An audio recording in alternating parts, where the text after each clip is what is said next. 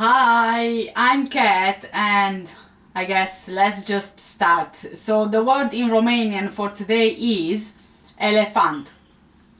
Elefant. Elephant. Well done guys, you just said elephant. And honestly guys, I have to warn you from the beginning, I was heartbroken when I read about this. It involves horrific animal torture leading up to the unspeakable. So this is the trigger warning.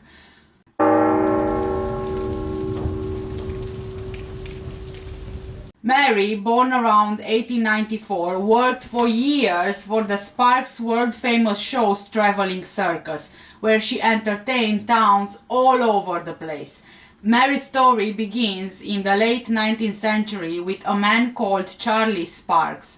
A performer since the age of 8, Charlie went on to own the Sparks world-famous shows, a traveling circus featuring clowns, acrobats, lions, and other exotic animals such as elephants, which included Mary. By the way, this story is happening in the US. Charlie's father purchased Mary when she was only 4 years old in 1898, and Charlie and his wife, Addie Mitchell, would raise her, treating her like the child they never had. Addie had been the circus's head cook and animal doctor. Their philosophy was to treat the animals with gentle care. Charlie firmly instructed his employees to be kind, gentle, and respectful to all of his animals, especially to his beloved Mary. Mary was nicknamed Big Mary, and she was known as the largest living land animal on Earth. Mary was a 5-ton Asian elephant, taller than the popular Jumbo, standing over him by around 3 inches. Mary was without a doubt the company's star attraction, bringing many spectators to the circus shows for years. Mary played musical instruments. She would pick out 25 tunes of musical horns, which she tooted with her trunk. She stood on her head, and she would even catch baseballs. She was the champion pitcher on the circus baseball team. In September 1916, the circus made its way to Virginia.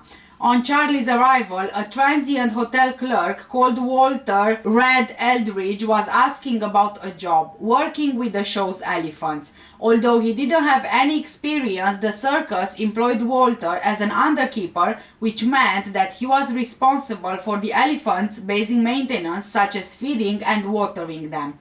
The circus employees trained Walter how to handle the elephants with the care that Charlie insisted of his handlers. But Walter lost sight of this at the first elephant mistake, which resulted in one of the most cruel and barbaric cases of animal torture ever recorded. Even though there are conflicting reports with how exactly everything happened, one thing is for sure: Mary lost her life just for being an elephant. Walter had a favorite elephant, and it wasn't Mary. It was a smaller elephant, and Mary really scared him only because of her size. He really felt intimidated by her and didn't really like working with her, but he did anyway. It was part of his job.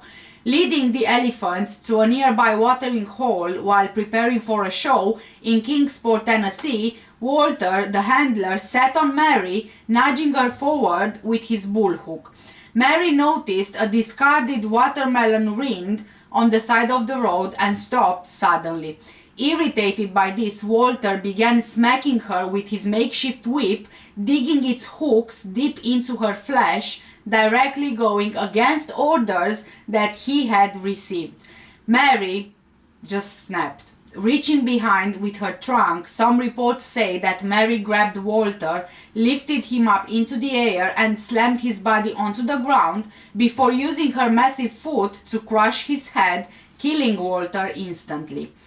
Other reports claim that Mary impaled Walter with her tusks, while other reports state that she only whipped him in the head with her trunk, landing the fatal blow that killed him. One report, recounted by W.H. Coleman, who claimed to be a witness, says that he prodded her behind the ear with a hook after Mary reached down to nibble on a watermelon rind. She went into a rage, snatched Eldridge with her trunk, threw him against a drink stand, and stepped on his head, crushing it. A contemporary newspaper account from the Johnson City staff said that Mary collided its trunk vice-like about Eldridge's body, lifted him 10 feet 3 meters in the air, then dashed him with fury to the ground, and with the full force of her beastly fury is said to have sunk her giant tusks entirely through his body. The animal then trampled the dying form of Eldridge as if seeking a murderous triumph, then with a sudden swing of her massive foot hurled his body into the crowd. The details of the aftermath are blurry because of sensationalist newspaper stories and folklore. For example, the Johnson newspaper described Mary as impaling Walter with her tusks, but female Asian elephants don't have any tusks. In the Asian species, only some males have large prominent tusks. Most female and some male Asian elephants have small tusks called tashes, which very rarely protrude more than an inch or two from the lip line. Tashes have a slightly different composition than tusks. They are small and brittle, causing them to easily break. A significant number of adult male Asian elephants are tuskless. Regardless of the stories of how the attack happened, the town of Kingsport wanted justice for Walter's death.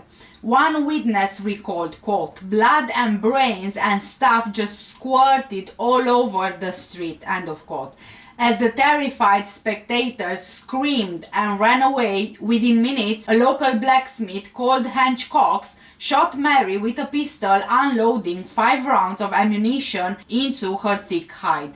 Mary stood still, suddenly calm again, and unaware to both the bullets and the commotion as people encircled her with chants of "Kill the elephant," before chaining her outside of the county jail, where more onlookers gathered to witness the great murderous Mary, as she was now known.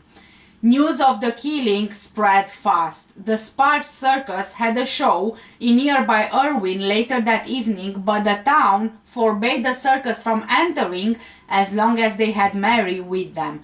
With a crowd headed to Kingsport to kill Mary, Charlie, her owner, had to make a hard decision. Even though they had a very close emotional bond for years, Charlie really tried to save his business. He staged a public execution of Mary the elephant. But Charlie had difficulties figuring out how to best execute a 10,000-pound animal. The bullets didn't kill Mary, and poison wasn't likely to work either, since elephants have 500,000 sense receptors in their trunks and can easily detect toxic substances. Some people suggested crushing Mary between 2 trains. Others even said to tie her front and back legs to 2 trains running in opposite directions, essentially dismembering Mary alive. Another option was electrocution. There was a horrific precedent for this because of Thomas Edison, the inventor of the first commercially viable electric light bulb. When America was choosing which of the 2 main forms of electricity to adopt, direct current or DC or alternating current AC, Thomas Edison, you know Thomas Edison, had patents for many devices using DC direct current, and he would profit hugely if this was chosen over its rival, the AC. Claiming that DC was the safer one, Edison spread fake stories about fatal accidents allegedly involving AC. He also staged various demonstrations in which animals were publicly electrocuted with AC, the most spectacular of which came in 1903 when a new amusement park opened on New York Coney Island. One of the attractions there was an elephant called Topsy, but it was claimed that Topsy became violent and disobedient, and the owners were looking for some publicity for their new ventures by executing Topsy with Thomas Edison's help. A huge crowd saw Topsy place her feet into specially designed wooden sandals which were lined with copper wiring and linked to an AC power supply. When the switch was on, smoke puffed up from her feet, and within a minute or two it was all over. And poor Topsy, she was just doing what she was trained to do as an elephant, just to follow orders, and she stepped right into her death. One newspaper reported the public's delight in watching Topsy die, even though it caused, quote, an unpleasant smell to mingle with the scent of roasted peanuts sold at 2 cents a bag, end of quote. Later it was said that Topsy's execution briefly caused bulbs to dull all over the region as if in commemoration of her, but her death actually proved in vain because Thomas Edison's plot failed and America eventually went with alternating current, AC, as the standard electricity current. Electricity had reached rural Tennessee by 1916, but not with sufficient power to kill an elephant. So Charlie Sparks came up with the equally sensational idea of hanging Mary the elephant. Irwin, this newly booming American railroad town, had grand ambitions, boasting its own post office, theater and courthouse. It also had a jail. Between 1882 and 1930, there were 214 victims of lynchings in Tennessee. Most were black men quickly found guilty of crimes such as fighting a white man and having bad character. Soon, their tragic numbers would be joined by Mary, the only elephant in history ever to have been hanged. This was in the same week that Prince Charles from the UK hosted an international conference to address the illegal trade in wildlife parts. Elephants were among the species highlighted as most at risk, but the enlightened Western world was not always so concerned about the welfare of these majestic creatures. Mary's fate was sealed the day before the hanging, when Charlie Sparks' circus train arrived in the small town of Kingsport, about 40 miles from Irwin. The circus announced its arrival with a parade along the main street, during which Mary was ridden by 38-year-old Walter, nicknamed Red because of his rusty-colored hair. Walter was with the circus only one day. He had no experience of handling elephants, but the only qualification required was the ability to use an elephant stick, a rod with a sharp spear at one end.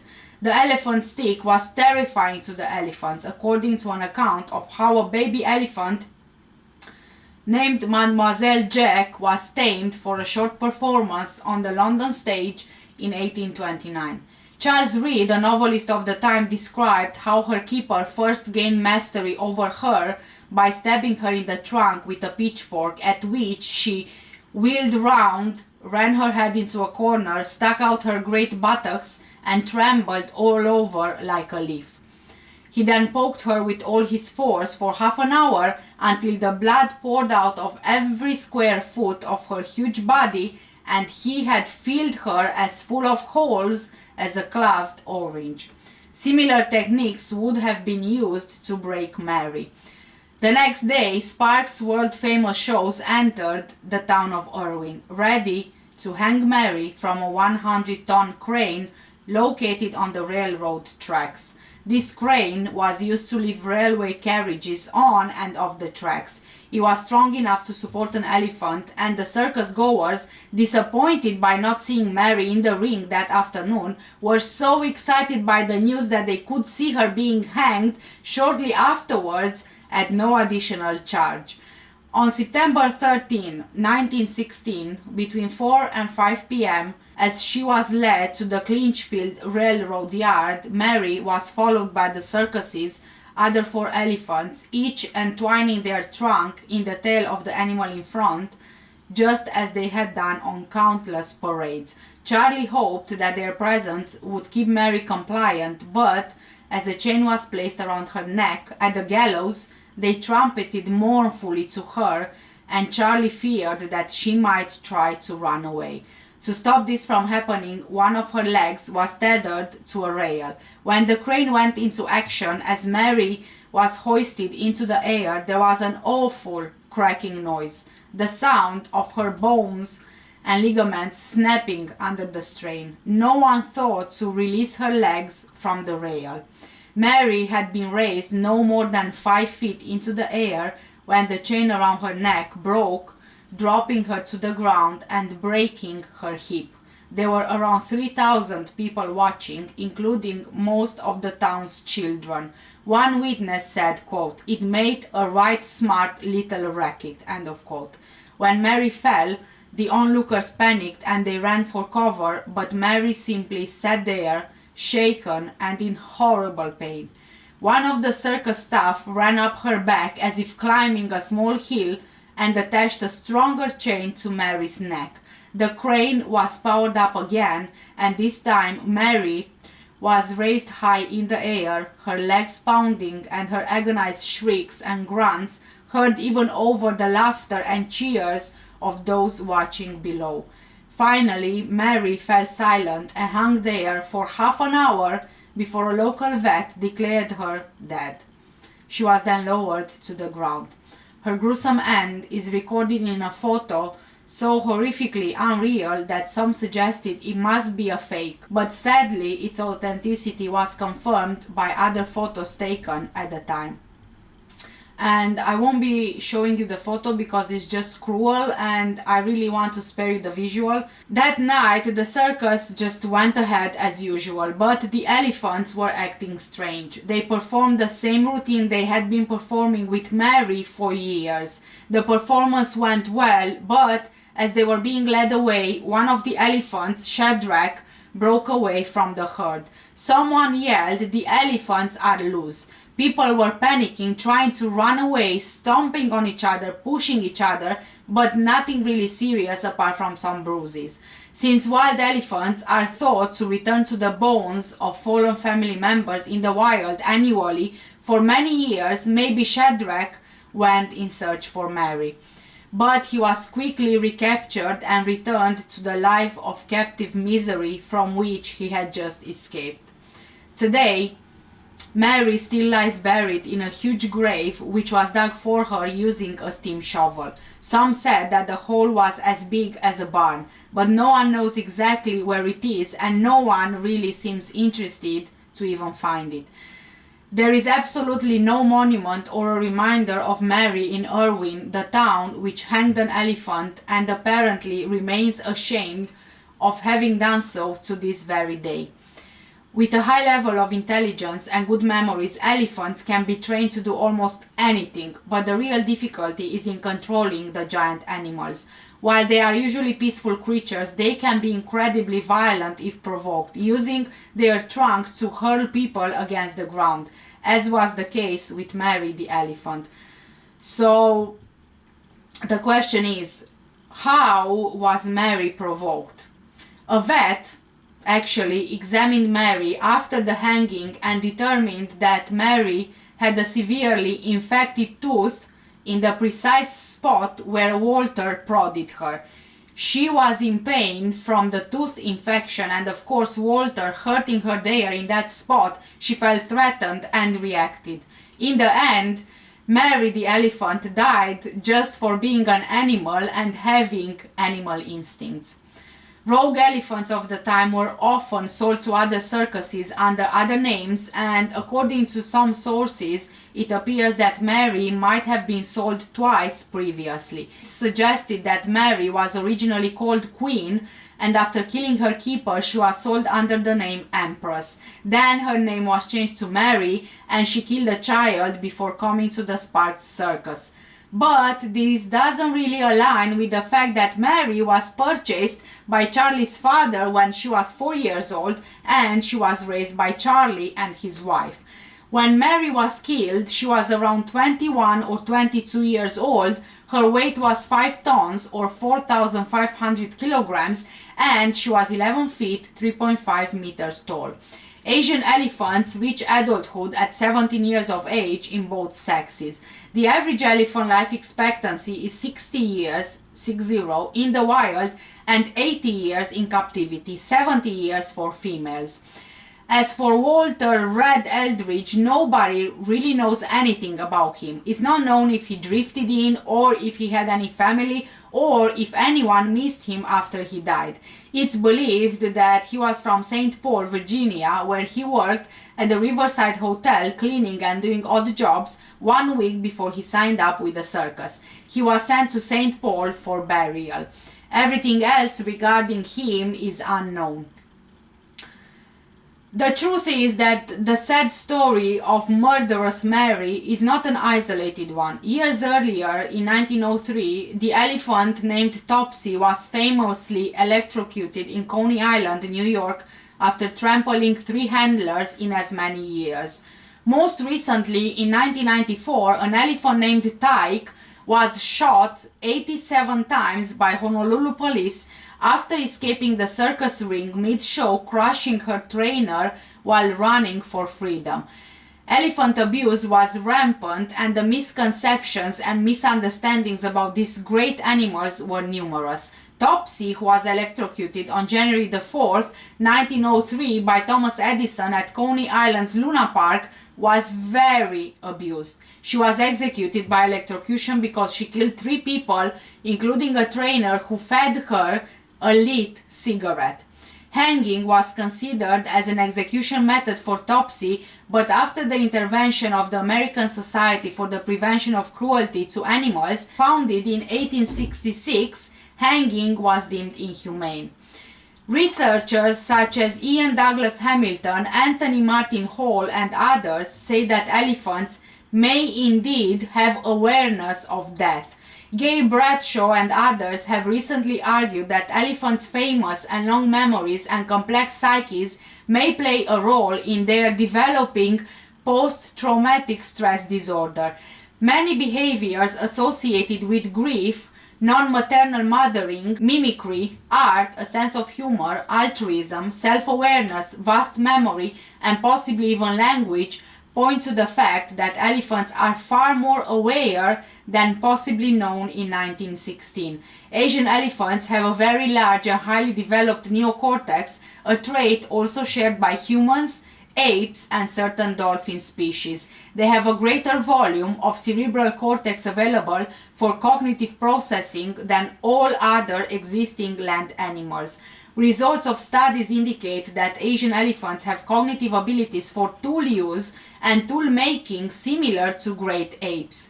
They exhibit a wide variety of behaviors, including those associated with grief, learning, non-maternal care, mimicry, play, altruism, use of tools, compassion, cooperation, self-awareness, memory, and language. Several students of elephant cognition and the neuroanatomy are convinced that Asian elephants are highly intelligent and self-aware. These examples of elephant abuse that I mentioned above, along with the torture that trained animals undergo to perform for the sake of others' entertainment, have led countless animal welfare groups to advocate for change in the handling of performance animals. In May 2016, the Ringling Brothers Circus announced that it would retire several circus elephants and had plans to eliminate their use in shows entirely by 2018. A century after her death, Mary didn't suffer in vain either. Ed Stewart, the president of the Performing Animals Welfare Society, told the New York Daily News, quote, "She's an example of why we should never have put these animals in such unnatural situations in the first place. This elephant was simply acting like an elephant. They are inherently dangerous, and I don't blame her for what happened. I blame those who put her in the circus. It's their fault." End of quote. And although this was a short video, this, guys, is the horrific story of Mary the elephant. I am just disgusted by what humans can do, and I am even more disgusted by what humans can find entertaining. It's always, about humans being superior to everything else and having control of everything and feeling entitled to just everything. It's infuriating. It's common knowledge that animals will behave like animals with their animal instincts. It's how they are wired. No matter how much you train them, you keep them captive, you try to make them your pets, deep down they are still animals and they should be left in their environment. How would you feel as a human to be taken away from your home and family and be kept in a cage or on a leash? Thank you guys so much for watching today's video. Please do let me know what do you think in the comment section down below. For now, take care, stay safe, and I will see you in the next one. Bye!